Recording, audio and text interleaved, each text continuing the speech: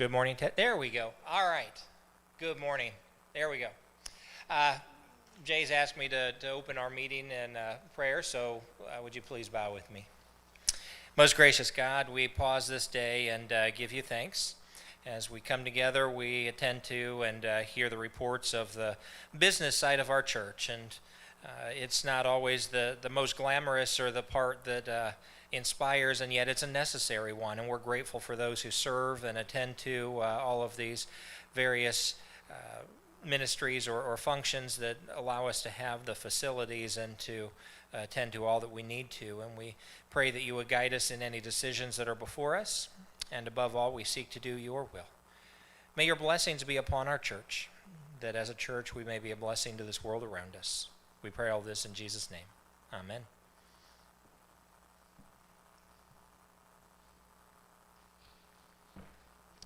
Well, welcome everybody to the Church Council meeting for this quarter, May 16th, 2021. As Tom mentioned, we don't really have anything to vote on today, so this will be really updates from the committee heads. So I don't know about you, but I do like this better than Zoom, so I'm glad to see everybody here, and it's good to be here together. So with that, you should have a handout that if you don't raise your hand, we'll get you one. We have plenty of copies, and with the agenda, as you can see, again, committee reports, starting with finance and Phil.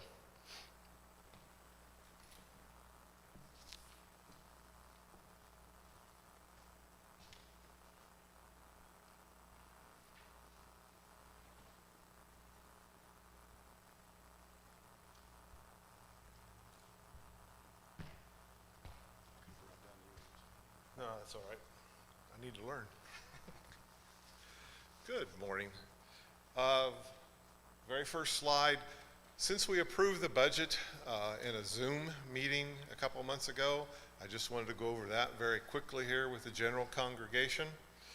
The left-hand column is the actual revenue and expenses for 2020. The middle column is the proposed and now the final budget, and then you've got the change on the right-hand side. The total income for the year, excluding some unusual items, was a little over $645,000. So for the budget going forward for this year for 2021, we just left that number in. Of course, that's based upon the pledges that were made and other income assumptions. Going down through the building expenses, you can see the actuals there. I'd point out, for example, the education and liturgical arts. You can see that those are a fraction of what they were in the budget for last year. So what we did going forward, for example, on liturgical arts, last year's budget, or the budget for 2020, was $12,141. We spent less than half of that. Given that last year wasn't a good example of anything, we decided to keep those budgets the same. This probably goes through most of the 2021 budget. It's basically the same as it was for 2020. So we didn't cut anybody back, and just look at that going forward. As the year is folding out, we started off a little slow on expenses. We'll see how it pans out for the year. Again, looking at the bottom of the middle column, the 1,913, basically it's a break-even budget for the church, which is probably what you should have as a nonprofit.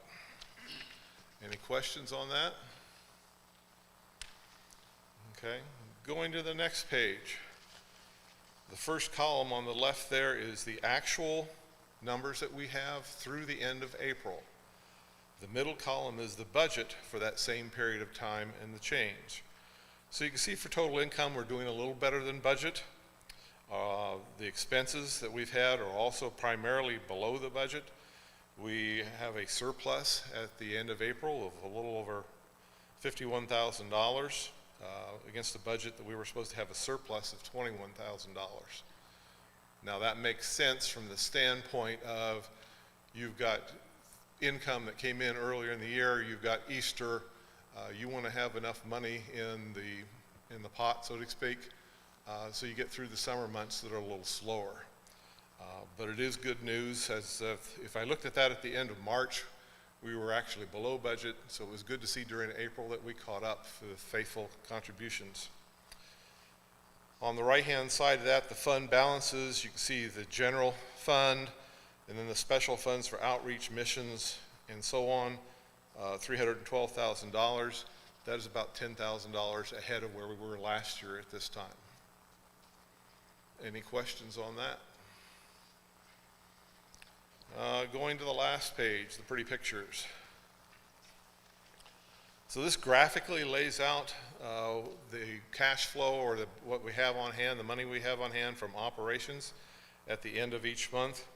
The blue line is the budget month, so you can see it goes up at the beginning, and then as you go through the summer, as with most nonprofits, expenses start to outweigh your revenues, and then you come back up at the end of the year.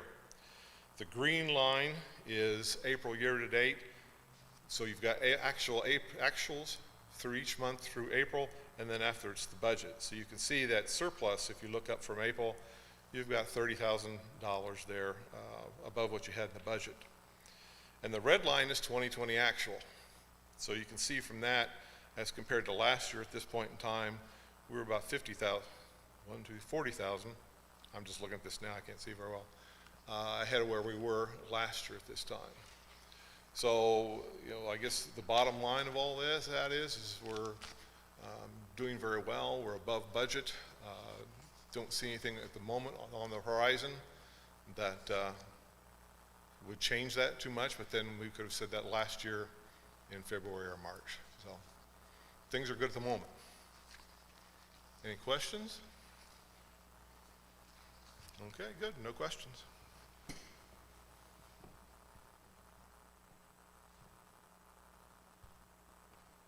All right, thank you, Phil.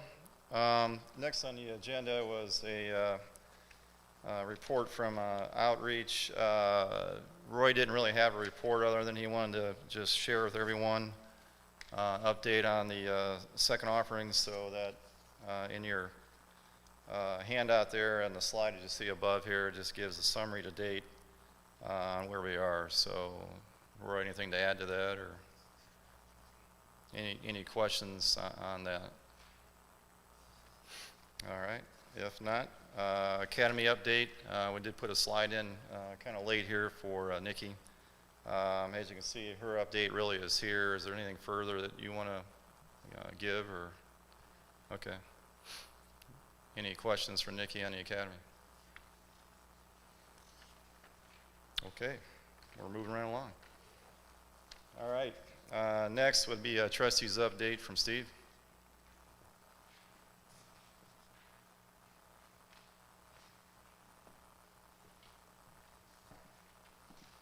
As you can see, there's a couple items on the for the trustees, and one of those involves the Academy needing some additional alarms put in.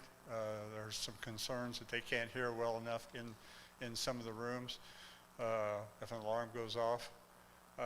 We've got a quote on that to add 2 additional alarms in the hallway and 1 inside the double rooms on the outside hallway. And that haven't got a definite number yet, but it probably is going to be approximately $3,000 to do that. The other expense that we had that just came up involves the kitchen.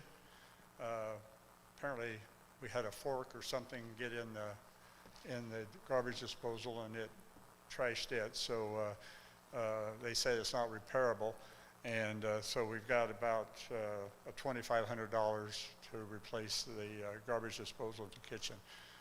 We do have quotes, definitive quotes on that to get that taken care of. I think from a budget standpoint, we should be, at least so far, we should be okay, because we have more in the budget this year than we spent last year. And I'm not aware of any major things, knock on wood, that are coming up, which, in a building of this size and of this age, there could be additional things that arise over time. So I think that's all I have. Do you have any particular questions? And we're still on the alarms, we're still awaiting feedback from them as to when they can do it in terms of getting those installed. Oh, the other point, I don't know, maybe you want to mention on the window, the brick. Jay's been involved with that and with a contractor. So, real quick, the window over here in the hallway by the elevator. Last winter there was nice, pretty good ice stalactite there, basically that broke loose, came down, and fell back towards the window and broke that window. And Lisa got a quote to replace the window of about $4,000. I suggested it might be less money to just infill it with brick, because that window where it is really kind of in an odd location where it's not really a very scenic view. It's into that courtyard area. So we met with a mason. Actually, I met with him on Wednesday. We had a quote from him. I think it was $2,350 to remove the window and infill that with brick to match the brick. So that corner has always been, since this sanctuary was built, on how the roof lines come together, has always been a water issue, and water coming down on a driving rain or melting snow and finding its way into that window, and it's been a constant damaging situation where drywall and the carpet and everything has just gotten bad over the years. So with that really should resolve any water coming into that corner and put that problem at rest. So he's told me that we should be about second on the list of his projects in about a month or so and get that resolved. So when you see that corner, you might see a mason out there, or when you come back a month or so or walk that area, you'll see a little different look to that area. So, but hopefully that resolves that. So, okay, with that then, staff parish, Norm.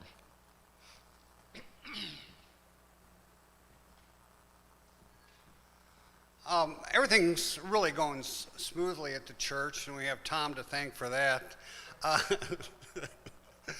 But I'd like to thank Terry Coleman for her work on the summer renewal brochure. She did an outstanding job, and yeah, I'd give her applause too. Second, and if anybody's concerned why Tom's gone, I'm going to be attending some of the staff meetings, and so if you have any concerns, feel free to contact anybody on staff parish or myself. And the third item, I'd like to call Tom. I got something for you. The church and the congregation has a little stipend for you. It's supposed to be used for health and safety, they say. Okay. So yeah, I know you said you had the battery packs so you can make sure your phone's charged so you can communicate. And I actually suggested to Tom at Staff Parish you ought to be a news reporter and report back to us every week on the progress. But I know that probably won't happen. But insect repellent. And I won't mention what your mom said to you about other items for safety. Yeah. And for food too, so you stay nice and healthy while you're on your walk. Thank you, appreciate that. And that's all I have from Staff Parish. Yeah. The only thing, I guess, related to staff parish that I would just, it's already been announced, but we are saying goodbye to Sarah Bleakey, who's been leading youth ministry through the pandemic. She's going to be moving soon to start graduate school in New Jersey, and then Marcia has stepped down from the director of the children's ministry because she's needing to be more available to help her parents right now, and so she just didn't feel she could be fully committed to doing what she would need to here. And so we're sorry to see both of them go. They, given as Phil said, this is not a year that we look to as positive for anything, but I would commend both of these women for the work they've done in a difficult situation. And going into it, I told them, I said, if you can keep a remnant of a core of children and youth together for us, that's a win. And we've definitely we're gonna have some work to do when I get back in August to really talk about and envision what do we see our children and youth ministry looking like. So a little bit of a pause on that for the time being, but we'll work on getting things squared away with that. Comments that I have, thank you for the gift. And to Norm's point, my mother's concern about safety is she thinks I need to take some bear repellent with me. But I said I'm not too concerned about the bears, but if I can make it through most of that trip or all of it without seeing any snakes, we'll be good.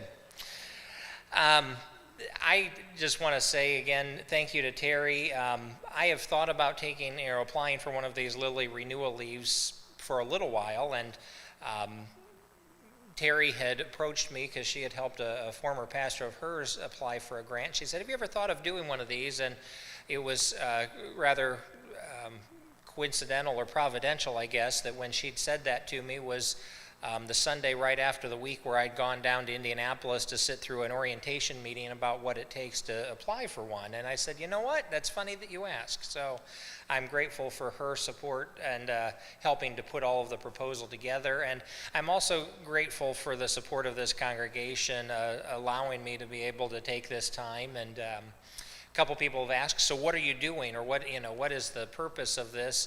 I've asked a few select groups, but for the congregation, I'll probably have it in the Connect next week. But I see 3 areas of focus for myself, and I would appreciate your prayer support in that. The first is that this would be a time of rest, renewal, and revival for me, both physically but also spiritually.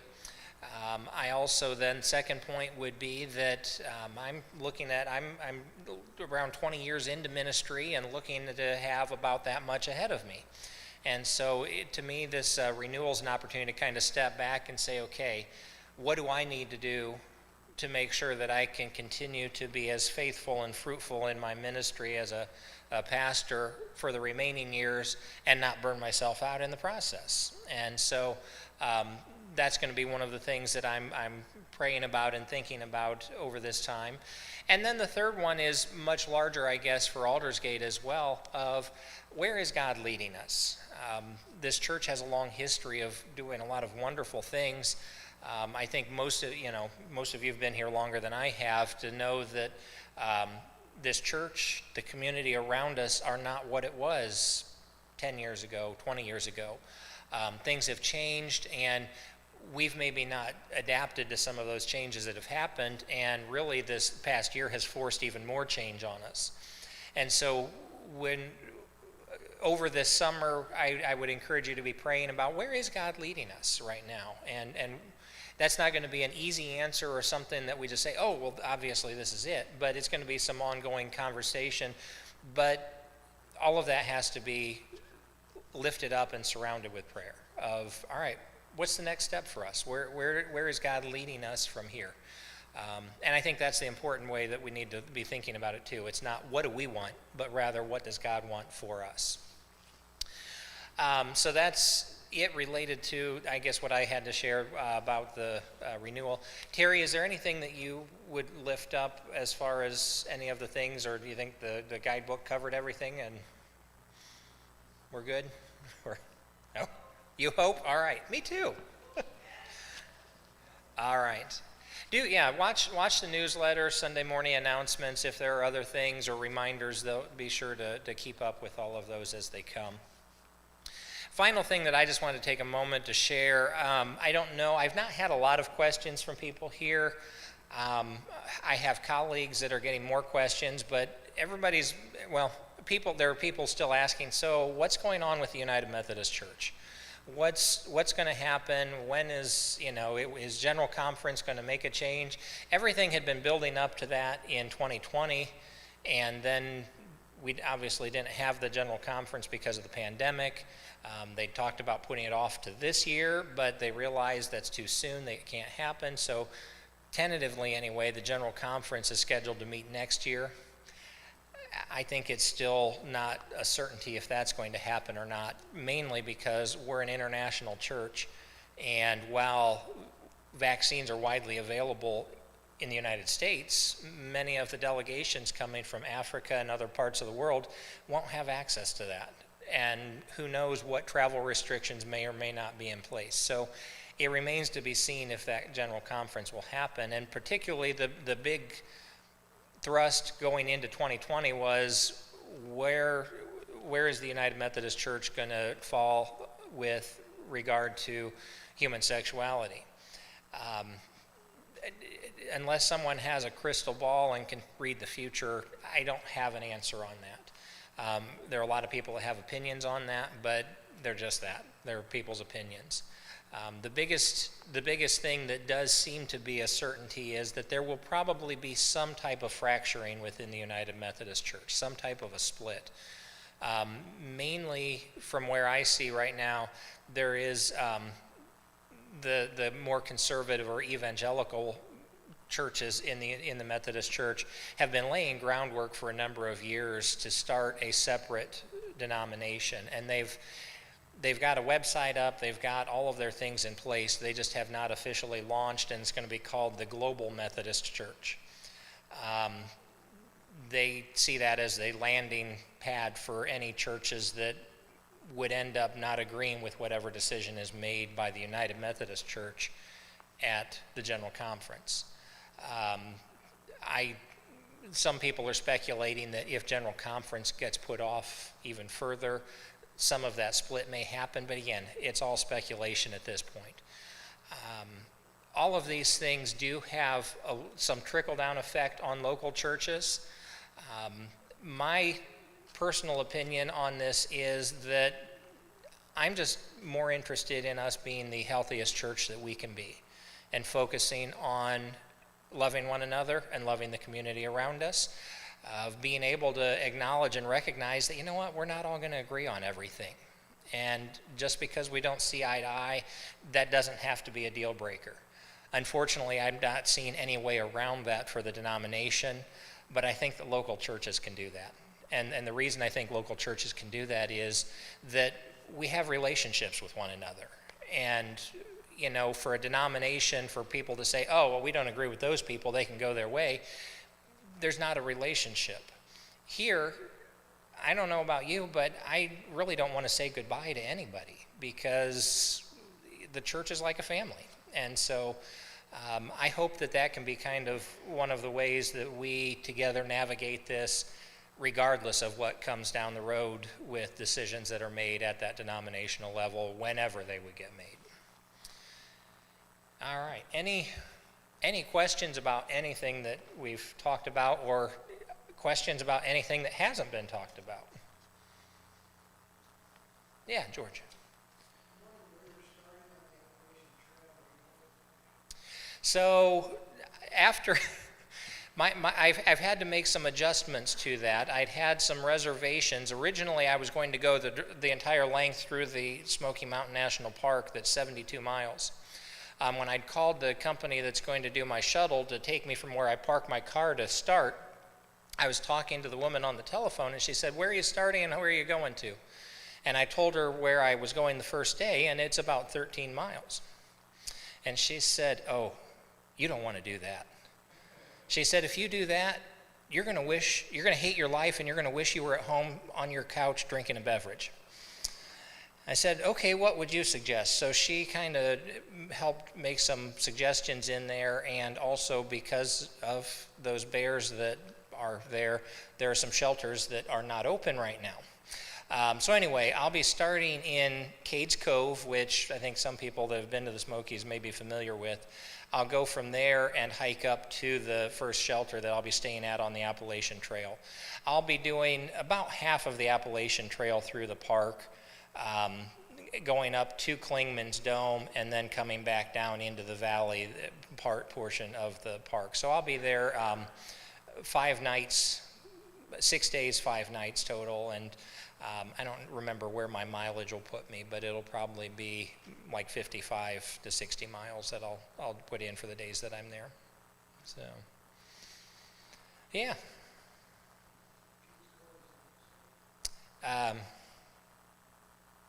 It's in Tennessee. It's on the Tennessee side.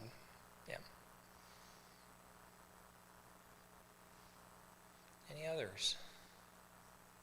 Yes, Carol.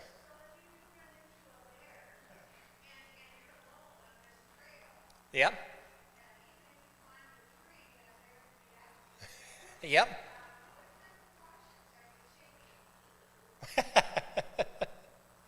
I'm taking the precautions of keeping my eyes open and there the biggest concern that you need to have is to make sure you don't place yourself between a mother bear and her cubs. So just paying attention to what's around you is the main thing.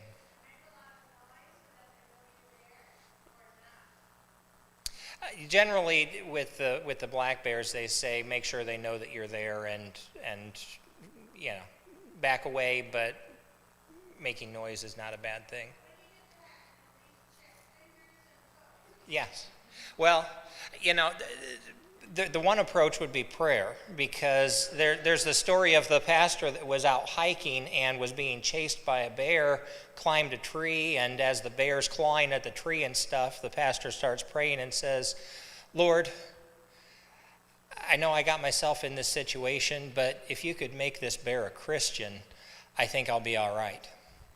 And so the heavens split open and the light shone down, and the bear fell to its knees and folded its paws and said, Lord, I give you thanks for this meal in which you have prepared for me.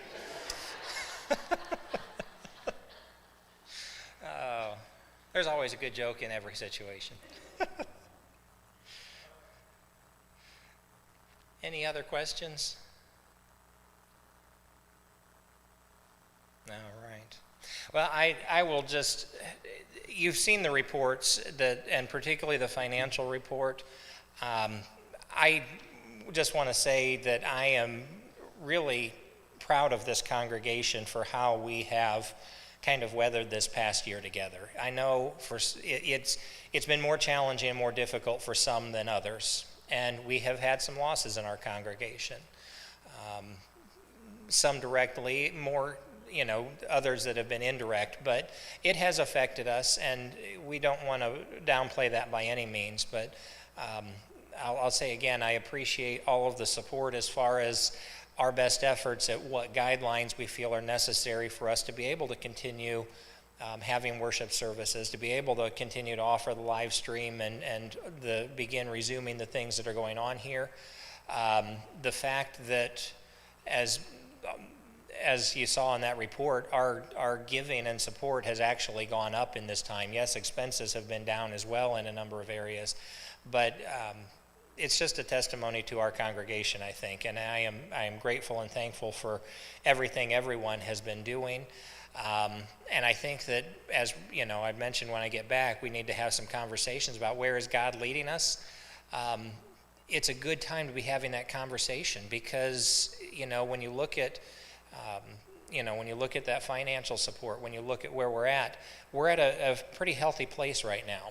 And so it's not like we're having to make decisions out of gloom and doom and we have to do something, you know, before the ship goes down. We're not at that point. And so it's good to be able to be at a position of relative health and strength to be able to have those conversations, because it means that we have the people and the resources and the things that will be necessary to do some of that. So thank you to all of you for all of the ways that you have been a part of supporting Aldersgate over this past year, but you know, just you know, for all of the time that you've been involved in this congregation.